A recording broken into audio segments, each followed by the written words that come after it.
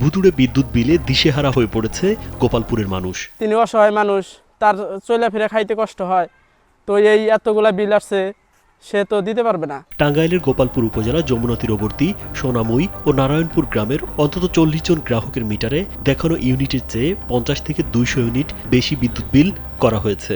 আমাদের সমস্যা হলো বিদ্যুৎ বিল লেখ করা হয় না, অফিসে বইয়ে বইয়ে বিল বানায়। ৮ তারিখে লেগে দিয়েছে ১৭৮০, আর এই যে এখন তো বুঝাইলাম ১৭২০, তাহলে করতে গেল কিভাবে রইল।